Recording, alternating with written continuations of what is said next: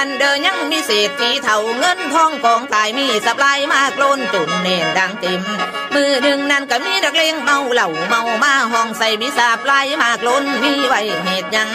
ลูกและเต้าสืบนอแทนมูลลูกบ่มีพ่อคนทางมีดีได้จังนี้ไปยังแล้วแนวของบ่มีค่าเนี่ยเด้อพ่อไผสิมาสืบไว้ตายทิ่มเป่าศูนย์สมบัติมีหาไว้ตายไปเอาหยังแน่เห็นแต่ไฟลูกไม่ควรกุมไม่ถมเศรษฐีฟังความเว้ามาคือแม่นความเขาแต่คนเมายังหูจากภาษาดาคนรวยใดเศรษฐีเท่าเลยหาขันดอกไม้บนบ้านสารกาวไว้ถึงพระที่เจ้าพระจันทร์เบื้องที่สูงบ่สมความมาดมุ่งลูกบ่เกิดพ่อผลสังมาอุกหัวใจอ่างสวงเทมางแม่นไผโนพ่อสิมาแทนไว้แม่นควงคนขี่เมาที่เขาเบ้ามาใส่บ่นอคนเอ่ยเหตุจังใดก็จังสิมีลูกเต้ามาได้นั่งมูลคิดเด้อพอคิดเห็นตั้งแต่พุ่นเจ้าพอไปอินท่าก็เลยบุญบรรหาโยกย่อขอไหว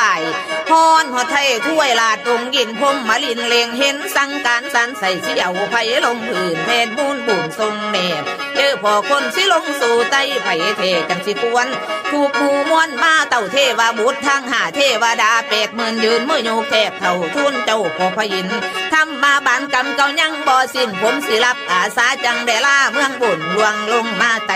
เลยได้มาจุติเขาในประทันทองแม่จังมีลูกสืบไปแทนเสื้อเผาพงพอจังจัดห้องตั้งเป็นปางหาสัตว์อยู่ไกลโพสีต้นคนเฝ้าแก่งวีกันใส่สืบทำมาบานกุมมันเท้าผิวขาวปานไข่พอดีใหญ่เกกาเลี้ยงลูกสุกะเนงไตเป็ดเพียนถูกสิ่งมวนคูบภาษาสัตว์สิงสากะบุคณามวนพรมพึ่งคณะเนื้อเสือสางสั่งปลาเท้าหูจักภาษาจบแต่เพศทุกด้านคานอื่นข่าวทำสื่อเด้อพอสื่อเสียงดังสาทานไปทั่วโลกาดังไปถึงเมืองพมวันไหวทางไทยดังไปไกลถึงเจ้าแดนพมยมมาโลกมีคนดีเกิดแล้วเมืองไต้แห่งคนนี่เด้อพอนี่ล่ะคือเบื้องต้นก่อนสิเกิดสงการพัฒกับไกลนานหมู่คนคงหู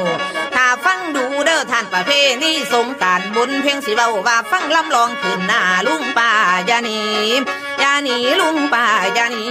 สีหน้านวลมวนไว้สะก่อนเท่านั้นนะ